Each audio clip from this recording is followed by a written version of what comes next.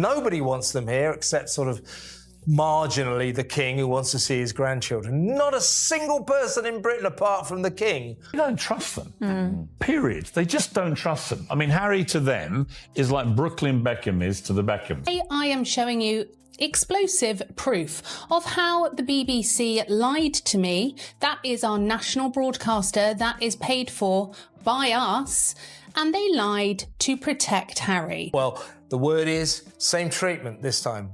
If they do get this audience with the king, they're going to be strip searched, not strip shirts. They're going to be searched, bodies searched, and they're not going to be allowed to take in phones. They'll have to sign NDAs, probably. Recording devices. I mean, this is extraordinary, isn't it? The whole world knows this attempt at a reconciliation, in quotation marks, with the royal family is a desperate attempt by a couple that has failed in an epic, humiliating fashion. So when Harry comes back, particularly with his family, it's just one long right royal snub from the rest of the royals, and that's embarrassing to say the least. 6 years ago, Harry walked away from Buckingham Palace apparently believing that Britain would eventually come around and want him back.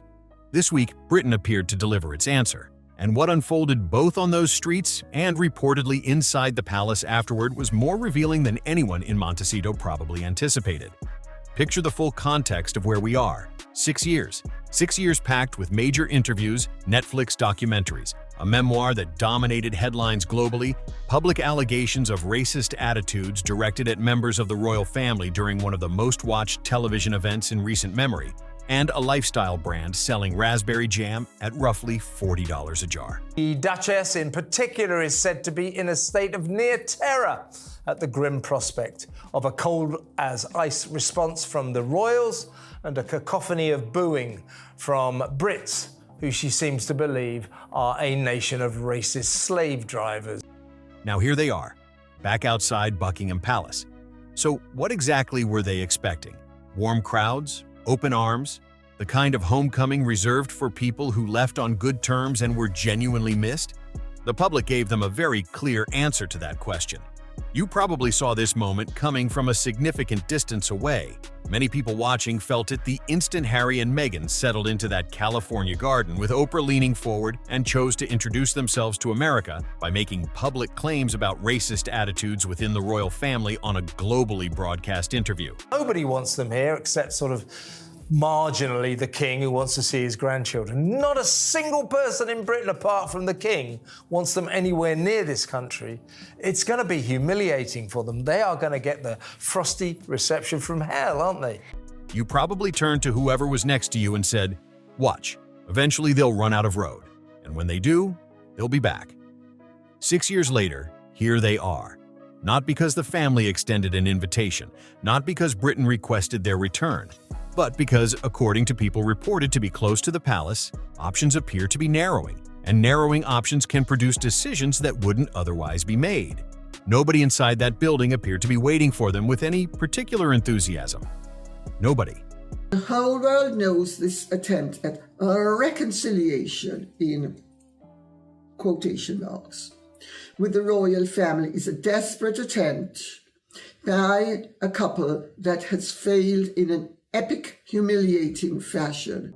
Before getting to what played out on those streets, it's important to understand what was reportedly happening behind palace doors, because this visit didn't materialize out of nowhere. There were reports of discussions, possible conditions being established, and people inside the palace who were said to have made certain Harry and Meghan understood precisely where they stood before any planning moved forward. The first figure worth understanding is Camilla. Who spent years trashing our country, who's branded the royals a bunch of callous racists. And he emphasised the concern that Angela Levin has actually reported here on Outspoken, that Meghan is going to use the trip to push her failing business. Whatever your personal opinion of her may be, and many people carry genuinely mixed feelings, reports have long suggested she has maintained a very clear and consistent position. According to those reports, she doesn't extend trust to Harry and Meghan, and she hasn't been particularly quiet about holding that view. When Harry made his last unannounced trip to London following King Charles's cancer diagnosis, reports claimed he was directed to enter Clarence House through the main security entrance rather than the private rear access typically reserved for close family members. The front entrance, security screening, the same process as any other visitor arriving at the building, which says everything about how that relationship currently stands. Reports also claim Camilla remained present throughout the duration of that meeting. According to sources described as close to the palace, ongoing concerns about trust have been shaping how these interactions are structured and supervised. Then there is William, who hasn't made public statements, hasn't given interviews, and has said nothing publicly about this visit. That sustained silence has attracted serious attention from royal watchers across the board. Around the time the visit was confirmed, William and Catherine were reported to be away from Windsor with their children, simply not present. The idea that he thinks he's going to waltz back in and everybody's going to go, oh, yay, Harry, is just a fanciful delusion on his part. But Harry and Meghan do live in delusion. It's how they've kept going, I think, this far, is that they have to delude themselves constantly as to their state in life. But they failed in Hollywood, they failed in the royal family, and they're going to try to fall back to the royals, but I just don't think that is a situation that will work at all, and they definitely will not be welcomed back. Many commentators argue this goes far beyond a typical family disagreement. A genuine feud usually involves both sides continuing to engage in some form. What appears to be happening instead is that William has chosen a different approach entirely. Not dramatic confrontation, not public anger, but simply stepping back and moving forward with his own life. For someone who has spent 6 years seeking public attention and validation, being effectively overlooked by the person whose opinion arguably matters most would be genuinely difficult to process. That's how many commentators have characterized the dynamic, and the characterization appears to be landing with considerable resonance among people following the story closely. Here's the answer. Because to take the easy option and just stick around in California won't get Manic Meg a single column inch of positive publicity. In stark contrast, jetting back to Britain and hooking up with the King will garner the type of headlines the Duchess urgently requires if she is to have even the slightest chance of saving her dead business walking. What reportedly came next, and specifically what Meghan was said to have requested of the palace, surprised even some observers who had been making genuine efforts to remain patient and neutral. According to multiple reports, she requested the use of a royal helicopter for travel to Birmingham during the Invictus events, the same Invictus Games that, according to various reports, has faced ongoing speculation about its future direction and leadership structure, with some veterans publicly calling for changes, while others have continued their support. It doesn't make sense at all for Harry and Meghan to just waltz back in as if nothing has happened. They can, yes, have familial relations with people, personal ones, but not dynastic ones anymore. They've left that behind. And the British public doesn't really want them. Like, nobody really wants them around. I mean, I'm not even entirely believing that even Harry's own family wants him around. So this idea that he thinks he's going to waltz back in and everybody's going to go, oh, yay, Harry, is just a fanciful delusion on his part. But Harry and Meghan do live in delusion. It's how they've kept going, I think, this far, is that they have to delude themselves constantly. After the reported helicopter request was said to have been declined, reports claimed attention shifted toward Windsor, the royal estate closely associated with William, where Catherine and their children have spent significant time. According to reports, William was not willing to accommodate that idea either. Instead, the palace was said to have offered what many observers believe was the option that had been quietly on the table throughout: Sandringham. Not on Meghan's reported terms, and this is where the story takes another notable turn. Because according to reports, her determination to avoid Sandringham wasn't simply about the location itself. It was also said to involve who is currently residing on the estate. And they said, oh, no. Camilla said you can't come through this way. She made him go through the security doors at the front to check for phones or recording devices, because she doesn't trust him an inch. And if you remember, she also insisted on sitting there throughout his meeting with the King to make sure he didn't leak anything. Reports have noted that Prince Andrew has been living at Marsh Farm on the Sandringham grounds, continuing to attract media attention with photographers regularly covering his public movements. Two of the most talked about figures in recent royal history, connected to the same estate, with photographers already maintaining a consistent presence outside. The optics of that combination were apparently something Meghan was very motivated to avoid. According to reports, she continued pressing for Windsor until very close to the final deadline, and people have reached different conclusions about the reasoning. She previously described royal family life as overwhelming in her globally watched Oprah interview, yet reports simultaneously claim she was actively seeking the use of royal resources and royal-adjacent settings for this same visit. That contrast has fueled substantial public debate and been highlighted repeatedly by commentators as an apparent inconsistency worth examining. Here's something worth acknowledging directly, because many people feel it even when they don't always say it. I think what would upset Prince William and the Princess of Wales is Harry and Meghan coming in general, not the offering of a royal estate, because that's happened in the past. It wouldn't surprise them. But Harry and Meghan coming in general would probably get under their skin, because Harry and Meghan have rejected this royal family. They've slandered this royal family. This story isn't about hating Harry. Many people remember watching him walk behind his mother's coffin at 12 years old and retain genuine sympathy for what that experience cost him.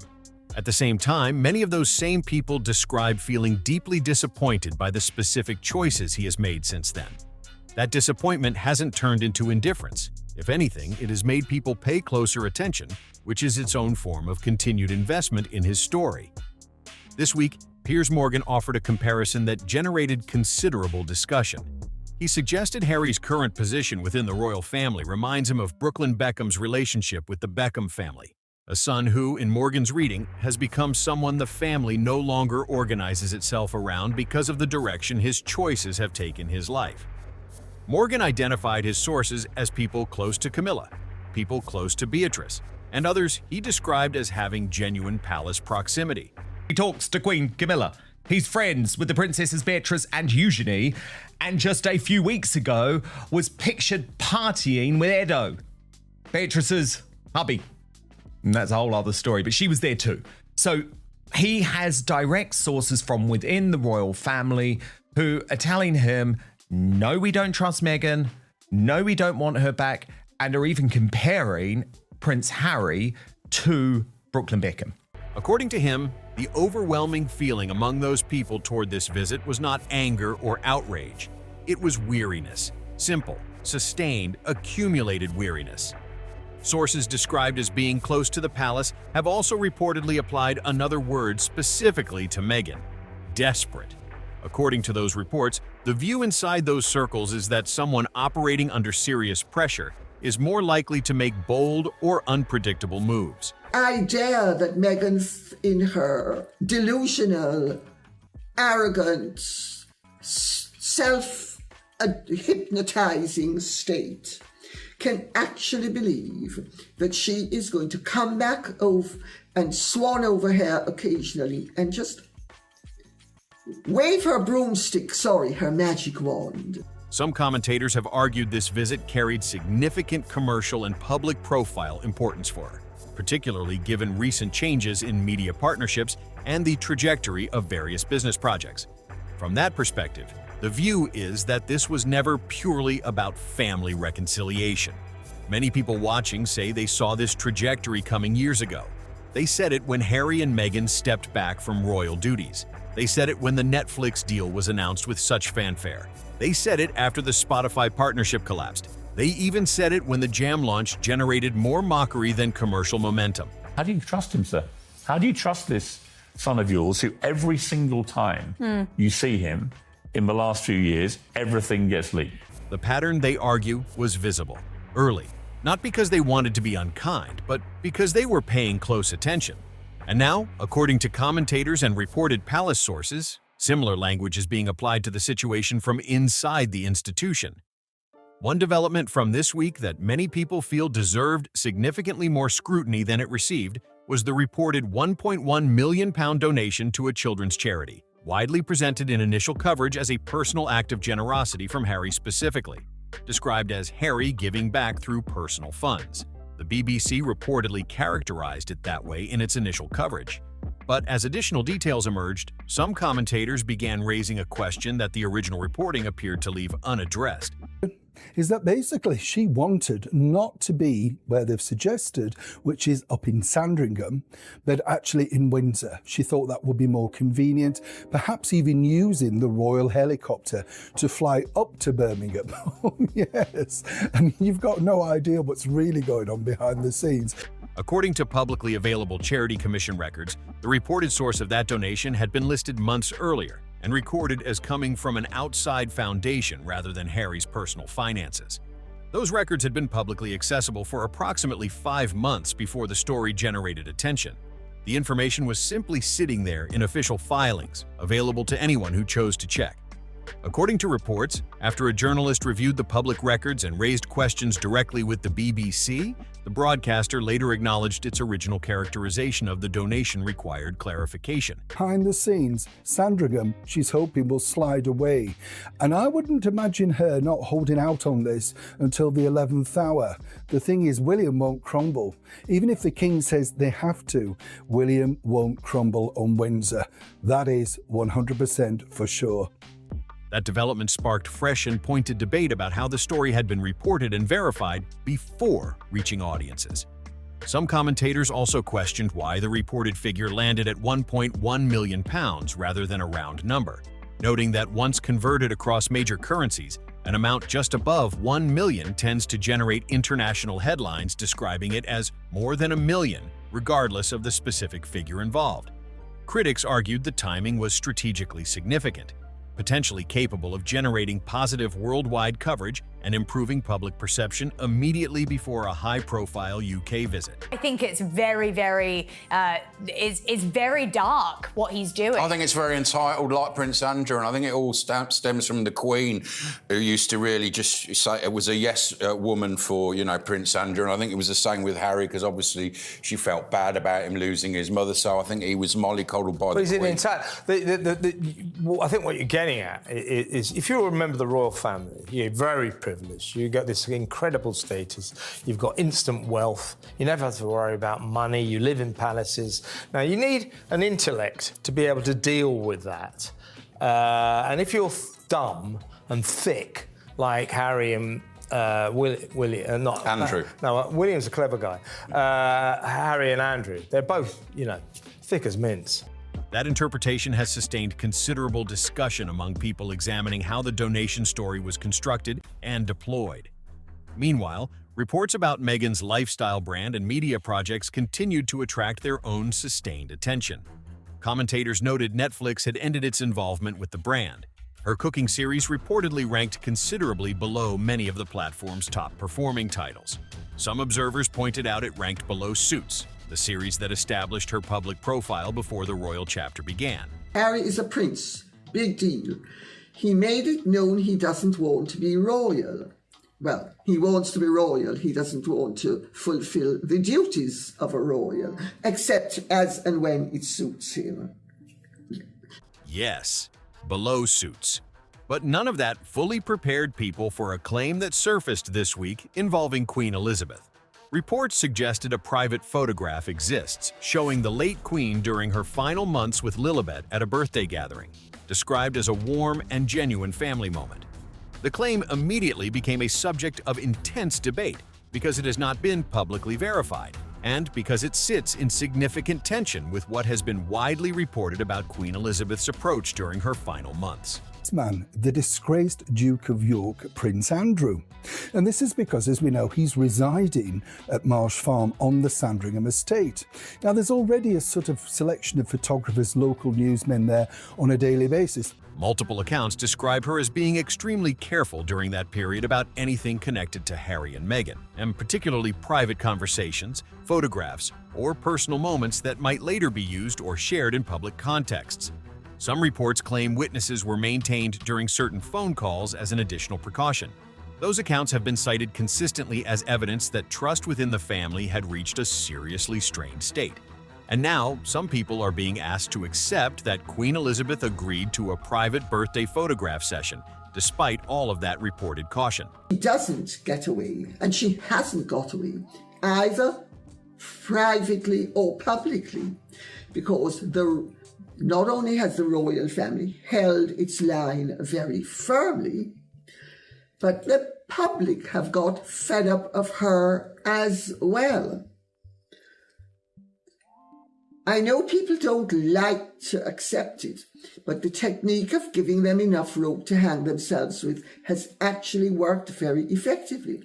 Members of the late Queen's staff have reportedly disputed that any such session took place, and commentators have raised a straightforward question that hasn't been satisfactorily answered.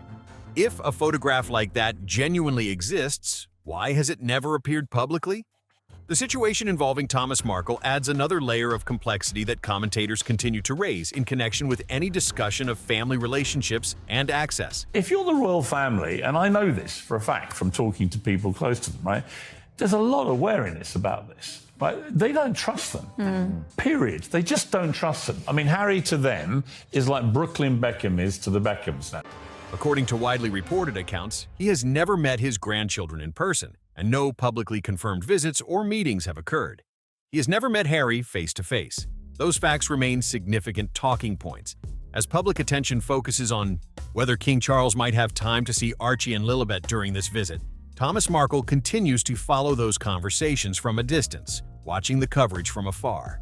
Critics argue that contrast makes the ongoing discussion about family reconciliation considerably more complicated than the public framing typically acknowledges. It's worth pausing here, because this is the point where the story becomes less about headlines and more about the genuine human complexity of family relationships. They'll just get some deal and it'll end up like the Spotify or Netflix deal. It'll end up like a load of rubbish. So they'll get a little spike and then it'll just go drop off. I don't think it'll be a deal. I think she's hoping it might trigger some sales of As Ever product. A little bit. Many people watching carry their own experiences with difficult family dynamics, with parents and children and grandparents, and the distance that accumulates over time through a combination of choices and circumstances. That's why this dimension of the story connects with people in ways that pure royal commentary doesn't quite reach. Princess Diana was remembered, among many things, for the profound importance she placed on personal connection and making people feel genuinely valued and seen. Reports have suggested Harry's visit to London may include documentary filming near locations connected to her legacy. As ever.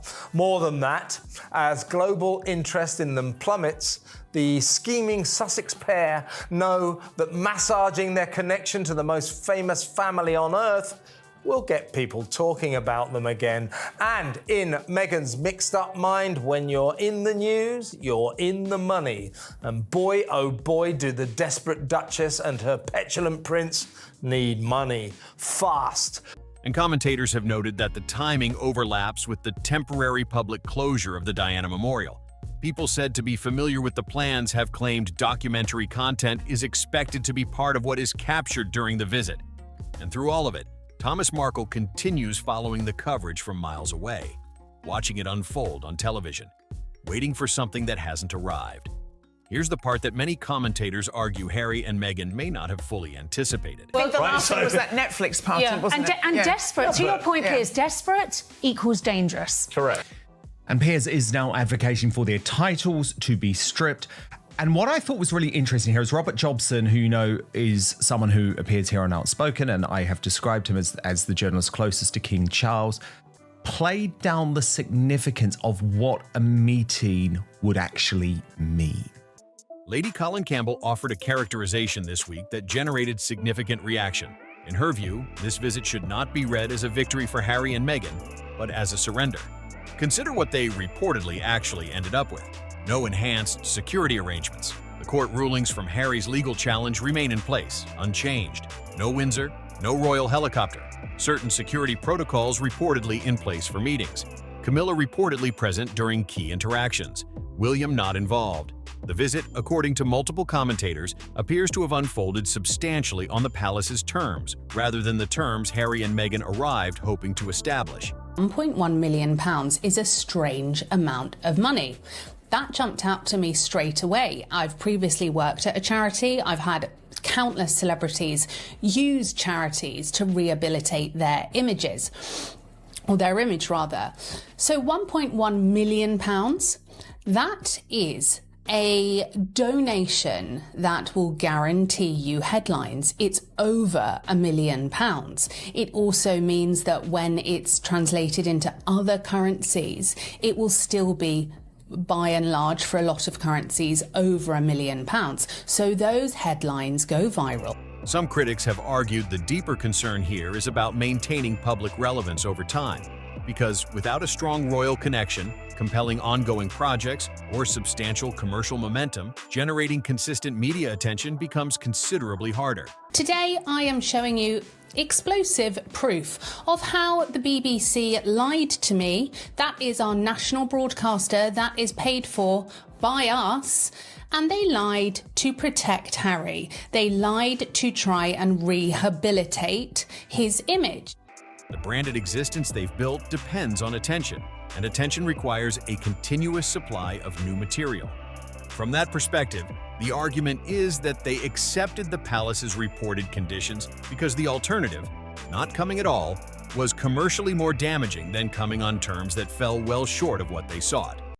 Looking further ahead, many royal commentators believe William will take a fundamentally different approach when he eventually becomes king. In their assessment, he is unlikely to reopen old negotiations or revisit any of the agreements and disputes that have defined this chapter. He would simply continue moving forward, and the distance would become permanent and structural rather than temporary and negotiable. Everyone who gathered outside that palace this week and made their feelings audible already had a formed and considered opinion about what they were witnessing. For many, the reactions reflected years of accumulated debate, relentless headlines, contrasting interviews, and deeply divided public sentiment. Some felt the week's events confirmed positions they had held for a long time. Others saw the situation through a completely different lens. What is clear, regardless of which position you hold, is that this story continues to develop, and the next chapter, whenever it arrives, will be watched with the same intensity as everything that came before it. Drop your thoughts below and let us know where you think this goes from here.